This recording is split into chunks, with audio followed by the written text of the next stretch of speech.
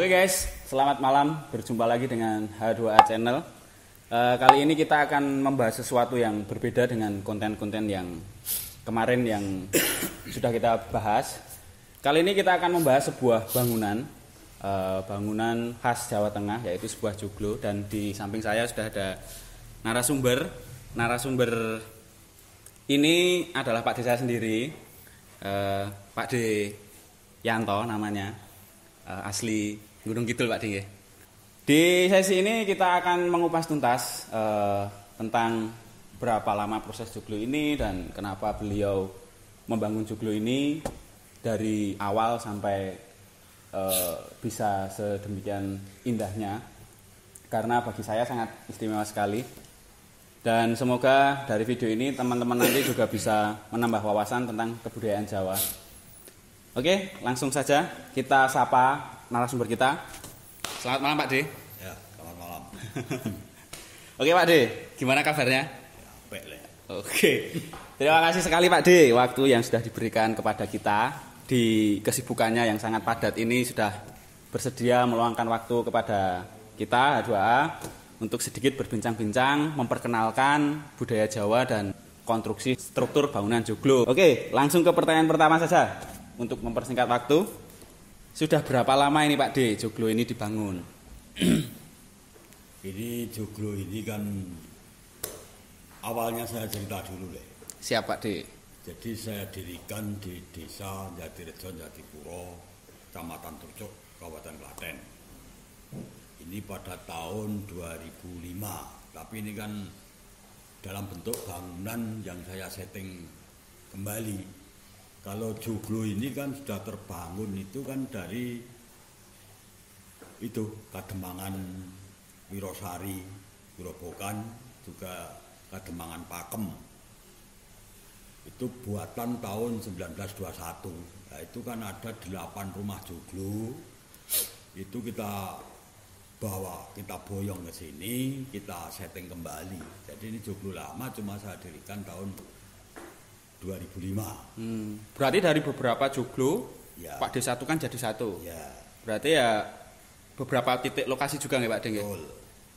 Dan pasti masing-masing joglo ada sebuah histori tersendiri juga ya Pak D ya? Saya cari yang ada nilai-nilai sejarah. Jadi awalnya saya bangun ini kan saya ikut prihatin terhadap masyarakat Jawa khususnya. Masyarakat Jawa sekarang orang Jawa asli tapi sudah melupakan tentang kebudayaan Jawa. Betul, betul. Saya sebagai generasi muda mengajak teman-teman itu untuk mari kita junjung tinggi nilai-nilai adiluhung orang Jawa ini agar ke depan generasi penerus generasi yang akan datang itu tidak melupakan sejarah. Jadi dengan adanya joglo yang kita bangun sebenarnya juga cuma sederhana. Ini kan Sederhana tapi istimewa Pak D. banyak sejarah loh. Ini saya namakan joglo kahuripan. Joglo Kahuripan. Ya. Kenapa harus dinamakan joglo Kahuripan Pak D? Ya, joglo kahuripan ini kalau orang Jawa bilang itu kan nguripke rasa atine menungso. Yang selama ini manusia itu berpenampilan mewah, ya dong. Ya. Tapi kan rasanya itu sudah mati. Ketika orang-orang masuk ke joglo kahuripan ini pasti akan tumbuh rasa batin antaranya manunggaling kawula kelawan Gusti. Apa itu Pak D artinya Pak D? Ya itu kan antaranya kita sebagai manusia itu kan titah, namanya titah. Titah dari Tuhan yang Maha Esa, Sang Pencipta, Maha Agung, Maha Urip, Allah Subhanahu wa Ta'ala. Jadi antara lahir dan batin itu kan harus bisa manunggal. Manunggal mengerucut menjadi satu, lah itu larinya kepada Sang Pencipta. Sang Pencipta. Jadi manusia itu kan seperti yang tertera dalam tulisan Jawa ini. Nggih. Apa ini Pak D? Saya nggak bisa baca Jawa ini. Baca bahasa Jawa. Itulah saudara, saya ini kan generasi muda tapi sudah lupa dengan Iya, betul. istilah-istilah Jawa. Ini saya bacakan tulisan Jawa ini berbunyi, maknanya itu memayu hayuning bawono. Memayu hayuning bawono itu, jadi orang itu bisa mendekatkan diri terhadap Tuhan yang Maha Esa langsung dan juga terhadap alam semesta. Nah, kembali kepada adanya istilah apa yang saya sampaikan tadi, manunggaling kawula kelawan Gusti itu harus bisa menjadikan satu antara lahir dan batin. Sehingga hanya di Joglo Kahuripan ini yang bisa mengangkat kebatinan kita untuk menuju Sang Pencipta. Itu harapan saya, saudara-saudara saya yang ada di Jawa ini, marilah kita jangan tenggelamkan budaya-budaya leluhur kita uri-uri, kita pepetri, agar kebudayaan yang adiluhung ini bisa membawa kejayaan NKRI ke depan. Siap. Sangat banyak sekali istilah-istilah Jawa yang gimana ya, maksudnya yang mungkin sangat berkesan teman-teman. Saya pun ada beberapa istilah Jawa yang tidak paham, tapi sudah diterangkan Pak D sangat istimewa sekali. Oke teman-teman, untuk masalah berapa lama Joglo ini dibangun itu ternyata sangat panjang sekali umur Joglo ini, dari 1921 ya Pak D ya. Untuk luas bangunan Joglo ini berapa Pak D? Tidak luas, cuma 1.750 meter. Full Pak D ini? Ya sampai belakang sana pun. Wah, makanya benar 8 Joglo jadiin satu ya Pak D ya? Iya. Oke. Luasnya 1.750 meter. Oke. Pertanyaan selanjutnya, Joglo ini pada waktu Pak D memindahkan ke sini itu butuh waktu berapa lama Pak D? Dan ada hal-hal yang seru nggak ini Pak D untuk diceritakan pada masa pemindahan ke sini? Ya lama, ini 1 tahun. Saya cari Joglo ini kan lamanya 1 tahun untuk pengadaan barangnya saja. Cuma pengadaan barang saja 1 tahun Pak D? 1 tahun. Karena kita bangun kan juga tidak sembarang bangun. Kita bangun kan yang kita ambil yang ada nilai sejarah. Oh iya Pak D, ini maaf Pak D saya potong sebentar. Ini kan bangunannya kan menurut saya istimewa Pak D. Kenapa kok Pak D memilih titik sini untuk membangun Joglo ini? Kenapa tidak di pinggir jalan lah? Karena kan kalau di pinggir jalan pasti kan lebih dilihat orang, wah megah sekali, bagus sekali, mungkin bisa multifungsi. Kenapa kok Pak D memilih di dalam, malah di dalam ini kan termasuk di dalam? Apakah ada maksud tersendiri atau pripun? Ya, yang jelaskan kita itu hidup itu kan tidak perlu pamer toh. Jadi orang itu, falsafah orang Jawa yang paling adiluhung itu ojo dumeh. Ojo dumeh. Nah, kita akan hidup dalam satu rangkaian masyarakat luas. Kita mau bermasyarakat dengan baik. Dan kita bangun di sini itu kalau diukur jarak tempuh antara Keraton Kasunanan Surakarta dengan Keraton Kasultanan Yogyakarta ini Solo. Tengahnya sih. Oh berarti antara Keraton Jogja dan Ya. Solo ini titik tengah ya Pak D ya? Ya, ini oh. Kenapa itu alasan juga Pak D mendirikan di sini ya Pak D ya? Ya. Berarti Karena ada di luar sana, tapi kan saya perlu di sini karena ini kan jarak tempuhnya tengah-tengahnya titiknya di sini. di sini. Siap. Istimewa sekali. Oke Pak D, lanjut ke pertanyaan berikutnya. Kenapa Pak D memilih untuk membangun sebuah joglo? Ya kembali saya sampaikan di depan tadi, Ya. saya itu mau mengangkat kebudayaan Jawa. Yang adiluhung. Jadi kan saya sampaikan bahwa di sini itu kan juga sering sekali untuk pertemuan-pertemuan Ya. kaum Pokoso, paguyuban kaum Kasultanan Surakarta itu kan banyak pertemuan. Oh, sering kesini juga Ya. berkumpul ya Pak D ya? Jadi untuk Sarasean yang apa itu temanya memeteri nguri-nguri kabudayaan Jawi yang adiluhung asumber Keraton Surakarta Adiningrat. Jadi pusatnya di sini. Oh, pusatnya di sini. Ya. Kenapa kok kalau saya simak dari depan Pak D itu ada keterkaitan Keraton Solo ataupun Jogja itu, apakah memang ada keterkaitan atau ada suatu komunikasi tersendiri? Ya saya memang punya kewajiban lah. Jadi kewajiban saya itu membina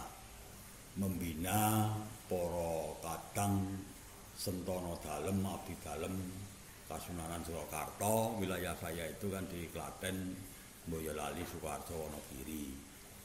Jadi memang saya ada SK dan di situ saya dikasih gelar penganonanon namanya.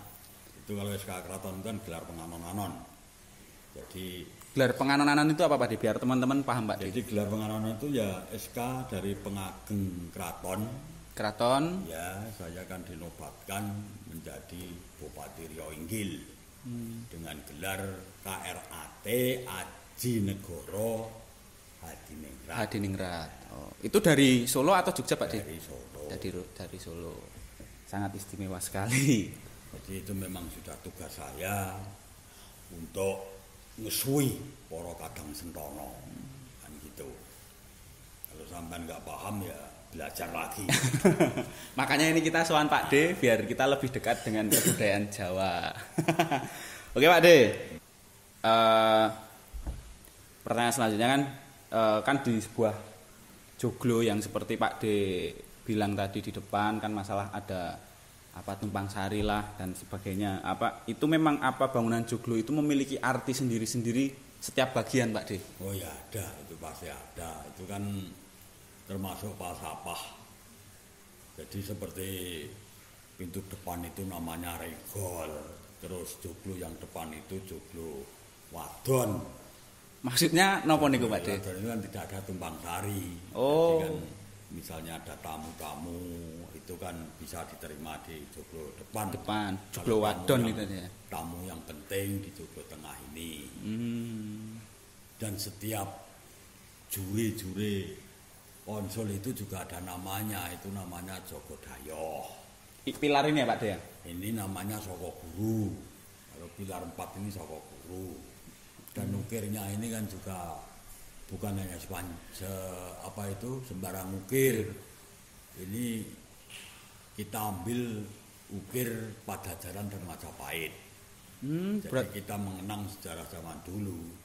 Berarti ukiran itu memang ada motif-motif yang iya. Betul, itu ukir itu kan ada motif. Yang besar-besar ini Majapahit, yang lembut itu Pajajaran. Oh. Contoh yang lembut itu yang mana Pak De? Yang ornamen. Oh, yang ornamen atas ini. Ya. Kalau yang untuk gantungan lampu itu namanya dodo besi. Godo besi. Dodo besi. Ya. Kalau yang kepala harimau, yang di sudut-sudut itu ada kepala harimau itu. Oh nggih, yang antara pertemuan ini Pak De. Ya, itu namanya pret gantil. Apa Pak De? Pret gantil. Pret gantil. Jadi macam-macam namanya itu. Sangat banyak sekali istilah Jawa. Terus belakang ini namanya patangaring. Ya. Yang di belakang Pak De ini. Ya, itu kan namanya kalau orang Jawa dulu namakan patangaring. Itu fungsinya untuk apa Pak De kalau patangaring? Orang dulu itu kan ini kan bisa untuk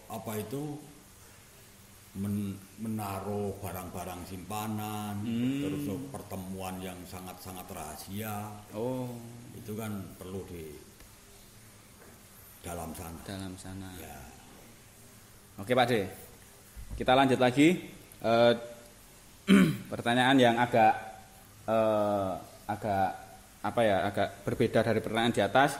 Gini Pak De, joglo ini tuh bukan sembarang joglo dan banyaklah aura-aura yang gimana ya Mas De, yang aura mistis yang kita rasakan setiap kita masuk di joglo ini. Nah, apakah aura tersebut itu Pak De buat atau memang tercipta sendiri? Napa pripun itu Pak De? Jadi begini, orang mendirikan rumah joglo itu kan orang yang sudah istilahnya itu antara lahir dan batin itu sudah jumbo. Jumbo niku napa Pak De? Jumbo itu sudah menyatu. Jadi tidak hanya sembarang mendirikan rumah joglo. Kalau hanya sembarang mendirikan karena punya uang, ya auranya biasa saja. Nah, ini betul kan, sekali itu. Ini kan orang mendirikan joglo itu kan perlu prihatin. Jadi kita juga perlu lelaku, bahasanya orang Jawa itu lelaku. Lelaku ya Pak De. Ya, jadi kan orang sekarang ini kan tidak tahu sama sekali istilah-istilah Jawa. Nah ini sampean tak kasih tahu deh. Jadi lelaku itu kan kita mempunyai program cita-cita harus tercapai agar bisa terlaksana dengan baik. Dalam bahasa Jawa bisa kasembadan kang sinedya kalis nirboyo nirsambikala. Lah ini kan harus prihatin. Nah prihatin itu dijabarkan sangat luas menurut keyakinan kita masing-masing. Okay. Kita bisa puasa, kita bisa dengan tirakat tidak tidur. Nah itu seperti itu. Berarti intinya tidak sembarang kita membuat sebuah joglo ya Pak De, perlu lelaku dan mungkin ya prihatin yang ya, sangat. Lelaku itu supaya nanti joglonya itu ditempati juga nyaman, adem ayem, penuh barokah, dan saat membangun pun juga tidak ada halangan satu apapun. Seperti kemarin kan seperti itu. Tapi tetap Pak De, kalau saya masuk sini sendiri itu ya tetap merinding semua Pak De. Dan gimana ya? Ya mungkin adalah beberapa cerita-cerita pun seperti itu lah. Itu memang berarti memang efek dari prihatin itu tadi juga ya Pak De ya? Ya, itu bisa seperti itu. Ya namanya kayu lama, buatan gedung. Oh iya, efek itu juga. Itu kan hal seperti itu kan sudah hal yang biasa. Jadi kembali istilah memayu ayuning bawono yang disebut mendekatkan diri terhadap Tuhan dan juga alam semesta. Yang namanya isinya alam itu kan ada alam yang kelihatan dan ada yang tidak kelihatan. Betul. Itu dalam kitab suci apapun ada itu. Ya. Nah, kita kan bisa menyatukan semuanya. Dan tidak perlu saya sampaikan itu. Oh siap. Rahasia guys. Kalau kalian pengen merasakan, mungkin bisa sowan Pak De, bisa main ke joglo. Dan sini pun kan juga ini toh. Jadi banyak buat pertemuan para tokoh-tokoh nasional seperti Mas Guru Soekarno Putra pernah sampai sini. Mbah Tarjo Suryo Buretno, Pak Bibit Waluyo, Gusti Mung, Gusti Wirabumi sering. Ya. Jadi sini itu memang sudah istilahnya itu pusatnya untuk materi nguri-uri kebudayaan Jawi adiluhung ingkang asumber saking Karaton Surakarta Adiningrat. Itu bahasa Jawanya seperti itu. Mohon di bahasa Indonesia kan Pak De, biar teman-teman juga paham Pak De. Ya, jadi tempat untuk berkumpul masyarakat khususnya Jawa Tengah, DIY yang suka melestarikan tradisi Jawa. Oke. Berarti memang bangunan ini pun tidak Pak De nikmati sendiri juga nggak Pak De nggak? Nah, ini buat ini untuk kepentingan bersama. Oke Pak De. Pertanyaan terakhir yaitu bukan pertanyaan sebenarnya, mungkin pesan untuk generasi muda dalam melestarikan dan mempertahankan khususnya kebudayaan Jawa. Pesannya Pak De nopo? Ya pesan saya terhadap semua generasi muda, khususnya orang asli tanah Jawa, jangan meninggalkan nilai-nilai luhur para leluhur kita orang Jawa. Jadi sejarah Jawa tetap kita tingkatkan agar bisa membawakan bangsa ini lebih baik. Jadi intinya jangan pernah melupakan budaya Jawa guys. Oke Pak De, ya. Terima kasih untuk waktu yang sudah diberikan, diluangkan kepada kita. Kita dari H2A sangat berterima kasih sekali dan kita akan menyusul Mas Hanif dan Mas Agung. Mereka sudah ada di depan. Kita cek mereka sedang apa dan saya mau pamit dulu sama Pak De. Terima kasih ya Pak De ya. Tetap stay tune di channel H2A.